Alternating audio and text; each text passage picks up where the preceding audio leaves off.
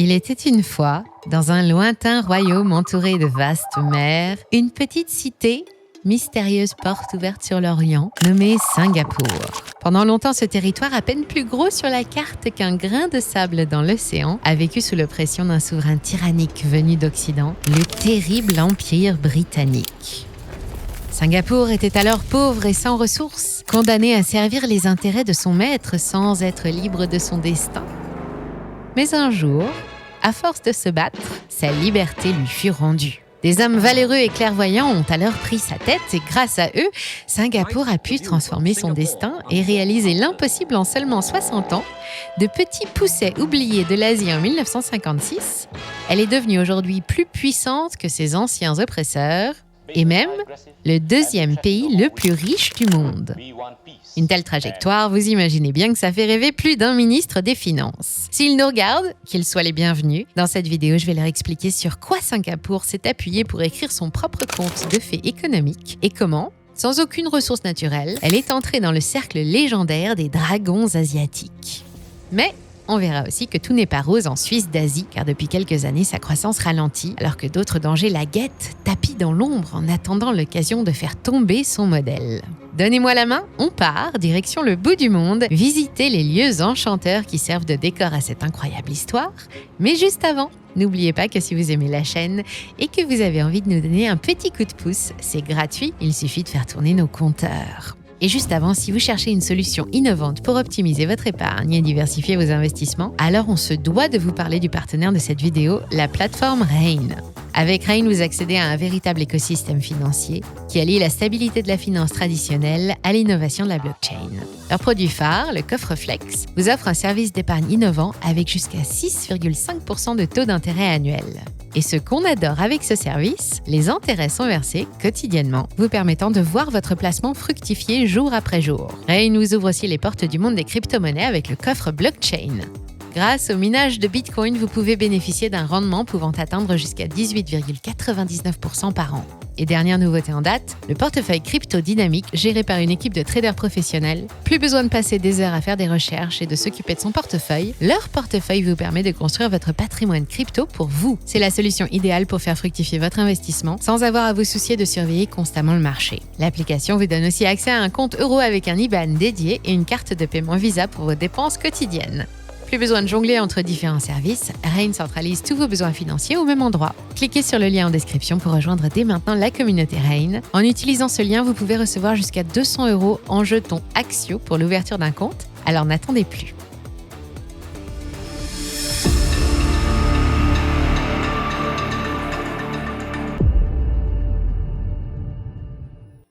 Sur l'échiquier du monde, Singapour est une cité-État, un petit territoire indépendant comme Monaco, Malte, Bahreïn, grand comme la petite couronne parisienne, mais qui abrite environ 3 fois plus d'habitants. Elle se trouve ici, à environ 10 000 km de chez nous, sur un archipel au climat équatorial, situé au sud de la Malaisie, un confetti sur un terrain de football. Et par chance, elle est terriblement bien placée au cœur de l'Asie du Sud-Est, en plein cœur des routes maritimes qui relient l'Océanie à l'Asie, à l'Inde et à la Chine en particulier. Et pendant une longue partie de son histoire, sa position géographique stratégique est même sa seule ressource. Avant l'arrivée des premiers colons britanniques, Singapour n'est qu'une vaste jungle humide, pas de pétrole, pas de gaz, pas de métaux précieux, ni rien à cultiver. Elle abrite plusieurs réseaux de contrebande et de pirates qui profitent des voies maritimes et cohabitent avec les pêcheurs malais. Quand la Compagnie des Andes débarque en 1819 et découvre son potentiel, l'île change progressivement de visage. Elle se peuple alors d'étrangers, de colons, mais aussi de travailleurs chinois et indiens, embauchés pour agrandir les infrastructures portuaires qui plus tard feront de l'archipel le deuxième plus gros port mondial en volume. La jungle est arasée, les mangroves et les marais sont asséchés et la ville s'étend. 146 ans plus tard, en 1965, la transformation est spectaculaire. Singapour compte 1 million d'habitants quand elle accède à l'indépendance et son port est l'un des plus actifs au monde, mais elle est toujours pauvre et les conditions de vie sont difficiles. Le chômage est élevé, les infrastructures insalubres, il n'y a pas de système de santé, pas d'assainissement, pas d'eau courante, pas d'éducation, et elle est alors classée parmi ce qu'on appelait encore les pays du tiers-monde. Aujourd'hui, le contraste est saisissant. Singapour est une cité futuriste où la modernité des gratte-ciel se mêle à la végétation luxuriante de jardins verticaux et celle de parcs écologiques avant-gardistes, où des arbres en métal et en béton forment une forêt unique au monde. Les transports de demain sont déjà une réalité, le métro est automatisé, les voitures électriques et bientôt, les taxis seront volants. Toute la ville est un modèle de Smart City optimisé grâce aux données de l'intelligence artificielle et elle a attiré 15 millions de touristes et de curieux en 2023, venus pour profiter de son étonnant cadre de vie, assister au Grand Prix de Formule 1 ou à la Singapore Gold Cup. C'est presque autant que l'Indonésie tout entière, mais c'est moins qu'en 2019, une année record avec 19 millions de visiteurs. Et pour un pays qui compte presque 6 millions d'habitants, ça représente alors 4% du PIB. Mais Singapour, c'est aussi un immense laboratoire à ciel ouvert et unique au monde, qui attire aussi tous les investisseurs et les talents de la planète. Les patrons en particulier y ont trouvé leur paradis sur Terre, un lieu où la fiscalité est limitée à 17% maximum et où le trésor public remercie les contribuables. Avec 27 accords de libre-échange, des charges sociales 2 fois moins chères qu'ailleurs et un généreux programme de subventions, la cité chouchoute les dirigeants d'entreprises et veut leur offrir l'environnement le plus favorable au monde pour faire leurs affaires. Pour ça, elle applique un modèle libéral fortement tourné vers l'international qui attire chaque jour un peu plus les cerveaux et l'argent. Un habitant de Singapour sur 6 est millionnaire. Les réserves de change et les actifs de fonds souverains dépassent les 1000 milliards d'euros.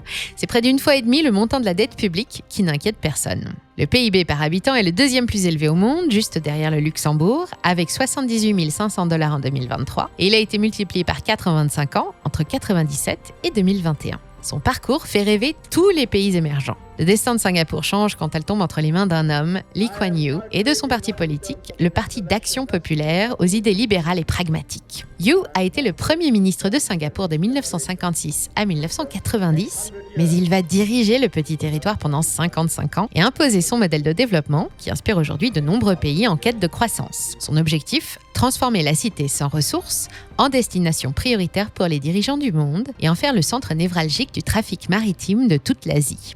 Et tout ça passe d'abord par une forte ouverture à l'international et l'intégration du petit pays via les grands traités internationaux. Elle est membre de l'ONU et de l'ASEAN depuis les années 60 et de l'Organisation mondiale du commerce depuis 1990 et elle a choisi de rester dans le Commonwealth. Mais Yew veut aussi faire de sa cité un pôle d'excellence. Il imagine un nouveau système éducatif de Singapour qui tourne au mérite. Seuls les meilleurs sont encouragés et l'échec est très critiqué. Mais ce choix montre rapidement d'incroyables résultats. En l'espace d'une seule génération, Singapour se dote ainsi d'une population parfaitement éduquée, polyglotte, hautement qualifiée et adaptée à l'économie de la connaissance. Enfin, les mesures de lutte anticorruption complètent le tableau d'un environnement idéal pour faire des affaires et font de l'archipel un lieu unique au monde où la propriété intellectuelle est sanctuarisée. La machine est lancée, le monde commence à s'intéresser à ce petit bout de terre de l'autre côté du globe qui lui fait de l'œil. L'économie se diversifie et les services en particulier prennent de plus en plus de poids. Avec la Corée du Sud, Taïwan et Hong Kong, Singapour rejoint le club des dragons asiatiques, ces pays densément peuplés qui ont tous connu une forte poussée de croissance dans la deuxième moitié du siècle dernier. Il ne fait plus partie des pays dits émergents dès 1987 et il rejoint même le club très sélect des pays riches à peine 3 ans plus tard. Privé de richesses naturelles exploitables, Singapour a développé son industrie en s'appuyant sur des produits stratégiques. Les puces et autres composants électroniques, devenus sa première source de revenus, la chimie et les produits pharmaceutiques qui lui ont permis de résister à la crise sanitaire, les machines et le textile. La cité n'exporte pas de produits alimentaires bruts, elle est d'ailleurs très dépendante des importations pour se nourrir, mais elle vend additifs, boissons et produits transformés. Elle n'a pas non plus de ressources pétrolières, mais grâce à sa position stratégique et à ses infrastructures portuaires et aéroportuaires de pointe, Singapour est devenu un hub majeur pour le raffinage et le commerce de produits pétroliers en Asie. Sa balance extérieure en perpétuel excédent fait rêver la plupart des pays européens, avec un solde positif de près de 51 milliards de dollars en 2023, soit plus ou moins 10% du PIB et supérieur à son niveau d'avant la crise sanitaire. Pourtant, dans un contexte de baisse globale de la demande mondiale, ses exportations ont chuté de 10% environ l'année dernière, mais la baisse a été compensée par un recul des importations. Enfin, impossible d'évoquer Singapour sans parler de son système financier, 15% de son PIB, parmi les plus sûrs du monde, spécialiste de la banque, de l'assurance, du négoce de matières premières ou de la gestion d'actifs. Les banques singapouriennes sont soumises à une réglementation stricte et des exigences de fonds propres supérieures au reste du monde, pratiquent une gestion sophistiquée des risques et ont acquis aujourd'hui une excellente réputation en dehors de leurs frontières. Grâce à elle, Singapour s'est offert son surnom de Suisse d'Asie. Alors, je résume la recette. D'abord une position géographique stratégique, une forte ouverture à l'international et un climat parfait pour les affaires. Ensuite, un système financier solide et un gouvernement stable. J'ajoute les choix des produits ou des services stratégiques en matière de diversification. Électronique, chimie, pharmacie, textile et finance, fabriqués ou délivrés par des personnels ultra qualifiés. Forte de tous ses atouts, la petite cité n'en finit plus de séduire. Singapour est un cas d'école fascinant qui montre comment même le plus petit territoire dépourvu de ressources naturelles peut devenir en quelques décennies un géant économique et un modèle de développement pour le monde entier. Mais derrière le conte de fées économique se cache une réalité plus nuancée. Le médaille du miracle singapourien et ses 60 années de croissance à 2 chiffres a aussi ses revers. D'abord, le système politique, bien que stable, est souvent qualifié de démocratie autoritaire pour illustrer le contrôle social omniprésent. Les libertés ou les droits sont restreints au nom de la prospérité commune et aucune véritable opposition politique ne parvient à tenir face aux partis d'action politique. Ensuite, et bien que très efficace comme on l'a vu, le modèle de Singapour génère des inégalités croissantes. Sur les 5 habitants qui ne sont pas millionnaires, 3 ne gagnent pas suffisamment leur vie pour avoir à payer des impôts et se retrouvent en première ligne face à une explosion du coût de la vie depuis la crise sanitaire. Et indice intéressant, le nombre de prêteurs sur gage a doublé en 15 ans. Tous les prix ont augmenté, même si la tendance ralentit. L'inflation a culminé à 7,5% en septembre 2022, mais le prix des produits importés reste élevé et les importations, c'est encore 90% des besoins alimentaires et énergétiques du pays. Pour vivre à Singapour, il faut avoir les moyens. Scolariser un enfant coûte environ 10 000 $ américains par an et acheter une voiture demande d'abord d'acheter une plaque qui coûte entre 50 et 100 000 $. Certes, le salaire moyen a aussi progressé. Il est passé de 3 760 $ par mois en 2017 à 4 300 $ en 2022. Mais il faut désormais dépenser 1 600 $ par mois pour louer un 2 pièces de 40 mètres carrés. Et même la classe moyenne ne peut plus suivre. Autre critique qui revient souvent, si Singapour est le paradis des patrons, c'est aussi parce que le droit du travail a été pensé pour protéger les employeurs au détriment des salariés. Il n'y a ni SMIC ni cotisation chômage. Enfin, la forte intégration de la cité à l'international la rend totalement dépendante de ses échanges avec ses voisins et très vulnérable aux chocs extérieurs. On l'a vu pendant la crise sanitaire et on le voit aussi en ce moment avec le ralentissement chinois. En l'absence d'une vraie demande intérieure, la Chine est le plus gros client des industries de Singapour depuis les années 60. Chaque année, elle achète près d'un tiers de tout ce que la cité exporte, autant que les pays de l'ASEAN, le reste part vers l'Occident. Naturellement, si la Chine limite les échanges, Singapour se retrouve en première ligne. D'autant plus que la conjoncture mondiale est plutôt défavorable et que le commerce de biens n'augmente plus pour la première fois en 50 ans. Les tendances changent et, conséquence, en 2022, la manufacture recule de 3,6% pour ne plus représenter que 22% du PIB contre 32% avant la crise sanitaire. Contre toute attente, les semi-conducteurs reculent aussi, alors qu'ils représentent 40% de la production industrielle singapourienne et la croissance du secteur des services s'essouffle, plus 4,8% en 2022 contre seulement 2,3% en 2023. Ça paraît peu comme ça à première vue, mais on parle d'un pilier économique de Singapour qui représente 71% de son PIB. Au final, l'économie fait du surplace. De 467 milliards de dollars américains en 2022, le PIB atteint péniblement 472 milliards en 2023. C'est 1,1% d'augmentation et ça tombe très mal, car l'archipel a besoin de croissance pour se sortir de pièges structurels qui menacent son avenir. Menace démographique d'abord, avec le vieillissement rapide de sa population qui met sous pression son système de retraite et sa croissance. Avec le vieillissement, les dépenses sociales et celles allouées à la santé augmentent et pourraient à terme devenir le premier poste de dépenses publiques. Ces dépenses accélèrent aussi depuis que le gouvernement a mis en place une politique de contrôle de l'immigration en 2014 pour apaiser les tensions. À Singapour, un habitant sur 4 est étranger. Le reste est composé des descendants des Chinois, Indiens et Malais qui ont construit la cité. Et la cohabitation est parfois difficile. Conséquence de la fermeture des frontières, le nombre de travailleurs étrangers a baissé de 20% depuis 2019, avec pour résultat des entreprises qui ont du mal à embaucher et une reprise économique restreinte. L'autre menace, c'est la dépendance aux ressources de base que sont l'énergie et l'eau. Singapour véhicule une image de ville verte et éco-responsable, mais elle tourne entièrement au gaz. 95% de l'électricité est produite dans des centrales à gaz et les transports au pétrole qu'elle importe de Chine et de Malaisie. Il n'y a pas d'atomes ni même de projet de centrale nucléaire.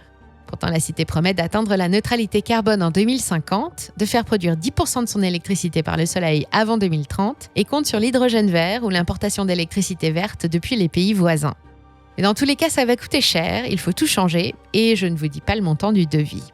Sans compter que ces efforts sont pour le moment insuffisants pour faire face à l'augmentation des besoins en énergie, qui vont encore bondir de 80% d'ici à 2060, en énergie et en eau aussi. À Singapour, il n'y a pas assez d'eau et bientôt il y en aura trop. Dans les années 60, l'eau potable est devenue une denrée rare. Les rivières sont polluées et les rares sources ne fournissent pas assez. Pour approvisionner convenablement industrie et travailleurs, Singapour a alors passé un accord avec sa voisine, la Malaisie, qui l'autorise à pomper directement dans ses fleuves. En échange, Singapour doit rendre une partie de l'eau à la Malaisie après l'avoir purifiée et garde le reste pour alimenter une population qui n'en finit pas de grandir. Mais cet accord prendra fin en 2061. D'ici là, l'archipel se cherche de nouvelles sources d'approvisionnement, construit des barrages, des bassins de captage de l'eau de pluie ou des usines de dessalement très gourmandes en énergie, mais il lui manque encore 60% de sa consommation. Tout ça alors qu'ironiquement, de l'eau, il va y avoir de plus en plus. 30% du territoire de Singapour est situé à moins de 5 mètres au-dessus du niveau de la mer. Et la cité dépense déjà des milliards pour se protéger contre la montée des océans, mais aussi contre les épisodes de pluie diluvienne dont l'intensité et la fréquence augmentent avec le changement climatique. Heureusement, Singapour regorge de cerveaux qui travaillent jour et nuit à trouver d'autres solutions, mais c'est un combat qui s'annonce difficile. 96 cm suffiront pour que le Marina Bay Sands, construit sur une terre artificielle, se retrouve les pieds dans l'eau. En attendant qu'une catastrophe naturelle vienne balayer la Silicon Valley d'Asie, Singapour ne baisse pas les bras et organise sa reprise. Pour relancer la croissance, le gouvernement Wong perpétue les principes de You, mise le paquet sur les mêmes secteurs stratégiques, électronique en tête, et ajoute l'agro-food tech, avec pour objectif de couvrir rapidement 30% des besoins alimentaires de la cité. Il veut aussi réduire la part du commerce avec la Chine, diversifier les débouchés et les fournisseurs, et traiter les menaces au cas par cas de façon pragmatique, comme il l'a toujours fait. Malgré sa baisse de forme conjoncturelle, Singapour reste la porte d'entrée principale en Asie pour toutes les multinationales du monde. Le montant des investissements directs étrangers n'a jamais baissé, même au plus fort de la crise sanitaire, et c'est un excellent indicateur de l'attractivité de la ville. Singapour montre qu'elle veut rester dans la course. Tant qu'il y aura de l'argent à attirer et des cerveaux à séduire, en dépit de tous ces handicaps, la petite cité-État trouvera un moyen de rester le champion incontesté de la compétition économique mondiale. Si comme moi, vous ne savez pas comment occuper les week-ends pluvieux, je vous propose de passer 1h40 à vous régaler devant Trader de James Dearden et l'excellent Ewan McGregor. Le film a été tourné en Malaisie, à Londres, en Indonésie et à Singapour. On voyage. Il raconte l'histoire vraie de Nick Leeson, un Britannique qui a précipité la Barings, l'une des plus anciennes banques de Londres, dans la faillite au milieu des années 90. Une histoire du bout du monde, qui ne choque plus personne depuis les affaires Soros et Kerviel, mais le film est sympa. Revenez me dire ce que vous en avez pensé dans les commentaires. Et avant de se quitter, si vous êtes à la recherche d'une solution innovante pour optimiser votre épargne et diversifier vos investissements, je vous invite à faire un tour sur l'application Rain. Avec leur coffre d'épargne à haut rendement, comme le coffre Flex, qui offre jusqu'à 6,5% d'intérêt annuel versé quotidiennement, ou encore le coffre Blockchain qui vous permet de bénéficier du potentiel de minage de Bitcoin avec un rendement pouvant atteindre 18,99% par an, Rain est un outil idéal pour faire fructifier votre argent. Alors n'hésitez plus, rendez-vous en description et cliquez sur notre lien. Vous pourrez recevoir jusqu'à 200 € en Axio pour l'ouverture de votre compte Rain. C'est une opportunité à ne pas manquer. Merci encore pour votre fidélité et à très bientôt pour une nouvelle vidéo.